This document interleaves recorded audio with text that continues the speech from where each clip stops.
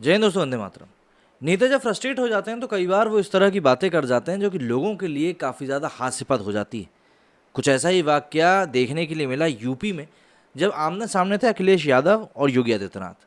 बात चल रही थी बजट के ऊपर, और वहाँ पर बजट के ऊपर बात ना होकर जिस तरह की बातें होने लगीं, उसको देखकर या उसको सुनकर वहाँ मौजूद सभी लोग और साथ ही साथ सोशल मीडिया पर भी लोग सिर्फ चटखारे ही लेते हुए नजर आए। दरअसल जो संवाद दोनों के बीच में चल रहा था वो संवाद था राहुल गांधी को लेकर। राहुल गांधी को जिस तरीके से इस पूरे मामले में इन्वॉल्व कर लिया गया था, वो मामला मतलब ऐसा नहीं था कि उसको लेकर किसी भी लीडर को आप कुछ भी तरीके से पॉइंट आउट करते, लेकिन हाँ, राहुल गांधी की जहाँ पर बात होती है वहाँ पर हंसी ठिठोली की बात तो हो ही जाती है। अब किस तरीके से एक प्राइमरी स्कूल के बच्चे ने अखिलेश यादव को राहुल गांधी बोल दिया, इसी बात के ऊपर चर्चा होने लगी। तो वहाँ पर कई लोग कहने लगे कि भैया समझदार था इसीलिए राहुल गांधी ही कहा, अगर सही होता तो पता नहीं क्या कुछ कह जाता। यूपी विधानसभा के बजट सत्र में मंगलवार को सीएम योगी आदित्यनाथ सपा प्रमुख अखिलेश यादव पर हमलावर नजर आए। योगी ने कहा कि नेता प्रतिपक्ष को बताना चाहूंगा कि आज गोबर से अगरबत्ती धूप बत्ती बनती है, अगर पूजा करते हैं तो जरूर जलाते।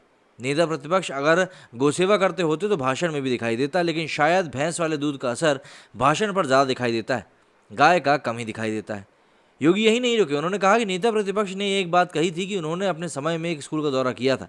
बच्चों से पूछा मैं कौन हूँ, तो बच्चे ने कहा कि राहुल गांधी। बच्चे मन के सच्चे होते हैं, उनके ने सोच समझ कर ही कुछ कहा होगा। फर्क बहुत ज़्यादा नहीं है, सिर्फ इतना ही है कि राहुल गांधी देश के बाहर देश की बुराई करते हैं और आप यूपी के बाहर यूपी की बुराई करते हैं। योगी ने कहा कि नेता प्रतिपक्ष उस दिन ऐसे मुद्दे पर आ गए जिसका बजट से संबंध ही नहीं था। ऐसी बातें बोल रहे थे जिसका खामियाजा प्रदेश अतीत में भुगत चुका है। ऐसे में दुष्यंत कुमार की पंक्तियां याद आ गई। एक ऐसे मंजर सामने आने लगे हैं और गाते गाते लोग चिल्लाने लगे हैं। योगी ने कहा कि नेता प्रतिपक्ष भाषण में एक तरफ एक किसान की बात कर रहे हैं, वहीं दूसरी तरफ गोबर में उनको बदबू भी आ रही है। टीम यूपी के रूप में सामूहिक प्रयास हुए हैं। उत्तर प्रदेश के बारे में दुनिया के लोगों का विश्वास भी बढ़ा है। योगी ने आगे कहा कि मजबूत इरादों के दम पर कोरोना को भी उत्तर प्रदेश में दुम दबाकर भागना पड़ा था। पिछली सरकारें परिणाम नहीं दे पाई, फर्क साफ है। आप समस्या के बारे में सोचते हैं, हम समाधान के बारे में सोचते हैं। समस्या के बारे में 10 बहाने मिल जाते हैं, लेकिन अगर समाधान ढूंढेंगे तो आपको 10 रास्ते मिल जाएंगे, और यहीं पर फर्क साफ हो जाता है। ये बजट अब तक का सबसे बड़ा बजट है। यूपी का पहला बजट 1947 में जब आया तो वो कुल 103 करोड़ रुपए का था। उस समय प्रदेश के प्रति व्यक्ति आय करीब 259 रुपए थी। वहीं प्रदेश की जीडीपी की बात करें तो वो करीब 1628 करोड़ रुपए थी। इसके बाद से देश ने एक लंबी यात्रा तय करी है। 75 सालों में हम खो चुके हैं। 70 सालों में यूपी को कहाँ से कहाँ ले गए हैं ये सभी जानते हैं। वहीं योगी के तंज पर अखिलेश यादव ने कहा कि नेता सदन ने बजट के बारे में गलत जानकारी दी है। पहला बजट 1952 में आया था।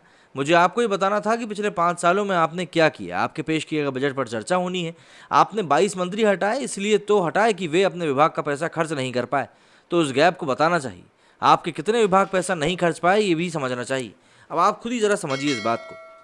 कोई अगर अधिकारी या कोई नेता पैसा खर्च नहीं कर पा रहा तो उसको हटा दिया गया, क्यों? क्योंकि उसने सही तरीके से पैसे का यूटिलाइजेशन नहीं किया। तो ये तो एक तरह सही चीज़ हुई ना, जिससे कि बाकी लोगों के मन में भी एक डर बैठेगा कि अगर हमने पैसे को सही इस्तेमाल नहीं किया तो कहीं ना कहीं हमको भी हटा दिया जाएगा। लेकिन हर बात को तोड़ मरोड़ कर उस तरीके से पेश करना कि चीज़ गलत ही लगे, ये कहीं ना कहीं एक गलत आदत सी शुमार होती जा रही है। मेरे सुनने फिलहाल इतना ही। जय हिंद, जय भारत।